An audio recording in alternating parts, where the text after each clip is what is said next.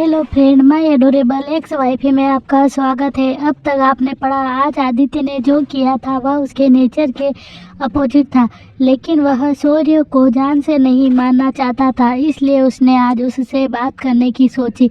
लेकिन सूर्य ने उसकी दुखती नस पर हाथ रख दिया। वहीं उसके जाने के बाद सूर्य उसकी बातों के बारे में सोचने लगता है, क्योंकि कहीं ना कहीं वह जानता था कि उसके डैड उसका इस्तेमाल ही कर रहे हैं। वह तुरंत ही हितेश को कॉल करके अपने विला आने को कहता है। अब आगे सूर्य अपने असिस्टेंट को कॉल करके वहां आने को कहता है। करीब 1 घंटे के बाद हितेश वहां आता है। उसे देखकर सूर्य जल्दी से उसके पास जाता है और बोलता है, आदित्य ने तुम्हें कुछ दिया है क्या? हितेश उसे एक फाइल दे देता है। सूर्य जल्दी से वह फाइल खोलकर पढ़ने लगता है। जैसे जैसे वह फाइल पढ़ रहा था, उसकी आंखें हैरानी से फैलती जा रही थी।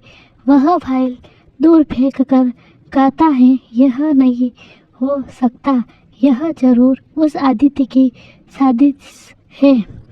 डैड मेरे साथ ऐसा नहीं कर सकते। उसकी आंखों में आंसू बह रहे थे। उसे ऐसे देखकर हितेश को उसके लिए दुख होने लगता है। वह उसके कंधे पर हाथ रख कर बोलता है, आप माने चाहे ना माने बॉस, लेकिन यही सच है, आप मिस्टर खन्ना के नाजायज बेटे हैं। बस आपका इस्तेमाल करते हैं अपने काम पूरा करने के लिए। सूर्य उसे खुद से दूर करते हुए, तुम आदित्य मेहरा को सपोर्ट कर रहे हो, जरूर तुम भी उससे मिले हुए हो। मेरे डैड कभी मेरे साथ ऐसा नहीं कर सकते। हाँ, माना कि वह मुझे हमेशा आदित्य से कंपेयर करते हैं, लेकिन इसका मतलब यह तो नहीं कि वह मुझे बस इस्तेमाल कर रहे हैं। हितेश बॉस, यही नहीं, उन्होंने आपकी मॉम को भी मारा था। यह सुनकर सूर्य उसे हैरानी से देखने लगता है। हितेश बॉस, मैंने कल उन्हें किसी से बात करते हुए सुना था, तब मुझे पता चला कि आप उनके नाजायज बेटे हैं और उन्होंने ही आपकी माँ को मारा है। यह सब सुनकर सूर्य की आंखें गुस्से से लाल हो जाती हैं।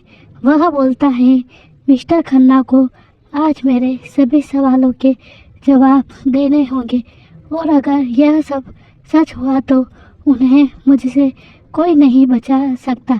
इतना बोलकर वह विला से बाहर चला जाता है। हितेश भी आदित्य को कॉल करके यहाँ की सिचुएशन बता देता है और उनके पीछे चला जाता है। खन्ना विला। मिस्टर खन्ना आराम से बैठकर ड्रिंक कर रहे थे और सोच रहे थे कि वह दोनों आदमी कौन थे जो आदित्य से इतनी नफरत करते हैं। तभी बाहर से एक गार्ड भागते हुए आता है। वह उससे बोलता है, बॉस, सूर्य बॉस यहाँ पर आए हैं और वह बहुत ज़्यादा गुस्से में है और आपसे मिलने की जिद कर रहे हैं। मिस्टर खन्ना अपनी उंगलियों से अपने सर को मसलने लगते हैं। वह मन में सोचते हैं, आजकल इस लड़के के भी बहुत पर निकल आए हैं। अब मुझे इसका भी काम तमाम करना पड़ेगा, क्योंकि यह मेरे किसी काम का नहीं है। वह गार्ड से बोलते हैं, उसे मेरे स्टडी रूम में भेजो और सभी गार्ड और नौकरों से कह दो कि वह विला से चले जाए, क्योंकि आज मुझे अपने बेटे के साथ क्वालिटी टाइम स्पेंड करना है। गार्ड को उसकी बात थोड़ी अजीब लगती है, लेकिन वह हाँ में सिर हिला देकर वहाँ से चला जाता है और सूर्य से बोलता है कि मिस्टर खन्ना आपका स्टडी रूम में वेट कर रहे हैं। सूर्य स्टडी रूम की तरफ चला जाता है। हितेश उसके पीछे जाने लगता है तो गार्ड उसे रोककर बोलता है, सॉरी लेकिन आप वहाँ नहीं जा सकते। मिस्टर खन्ना ने हमें यह विला खाली करने को बोला है। उसकी बात सुनकर हितेश को उस मिस्टर खन्ना के इरादे पर शक होने लगता है, लेकिन वह हाँ में सिर हिलाकर विला से बाहर निकल जाता है। कुछ देर में पूरा विला खाली हो जाता है। स्टडी रूम में सूर्य को देखकर मिस्टर खन्ना अपने चेहरे पर मुस्कान ओढ़ लेते हैं और उसके पास जाकर बोलते हैं, आज तुम्हें इतनी रात में अपने डेट की याद कैसे आ गई? लेकिन सूर्य बिना कुछ कहे बस नफरत से उसे मुस्कुराते जा रहा था, जिसे देखकर मिस्टर खन्ना को भी थोड़ा अजीब लगने लगता है।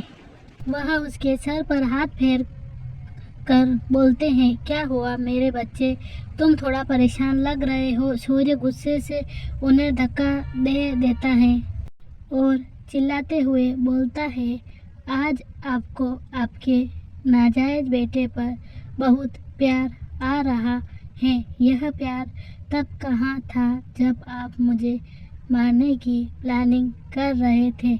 उसकी यह बात सुनकर मिस्टर खन्ना थोड़ा शॉक हो जाते हैं, लेकिन फिर मक्कारी से हंसते हुए बोलते हैं, चलो तो तुम्हें पता चल ही गया, कोई बात नहीं। और वैसे भी तुमने मेरे बेटे बनने की कोई भी खूबी नहीं है, तुम बस एक लूजर हो। इतना कह कर वह ड्रॉर में रखी अपनी गन निकालकर तुरंत सूर्य के ऊपर चला देते हैं। सूर्य फुर्ती से साइड होता है, लेकिन गोली उसके हाथ में लग जाती है। वह जमीन पर गिर जाता है और उसके हाथ से खून निकलने लगता है, लेकिन वह हैरानी से मिस्टर खन्ना की तरफ देख रहा था, क्योंकि उसे नहीं लगा था कि मिस्टर खन्ना उस पर ऐसे अचानक से गोली चलाएंगे।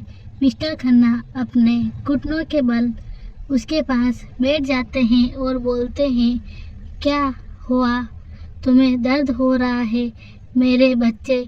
इतना कहकर बहुत ज़ोर से उसकी चोट पर वार कर देते हैं, जिससे दर्द की वजह से सूर्य की आंखें बंद हो जाती हैं।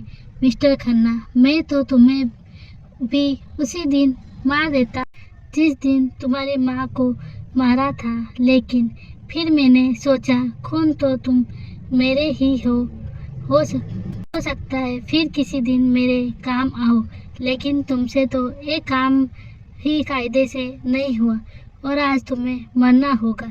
इतना बोलकर उसके माथे पर अपनी गन पॉइंट कर देते हैं, लेकिन इससे पहले वह उसे मार पाते एक गोली जाकर उसके हाथ में लगती है और वह दूर जाकर गिर जाते हैं।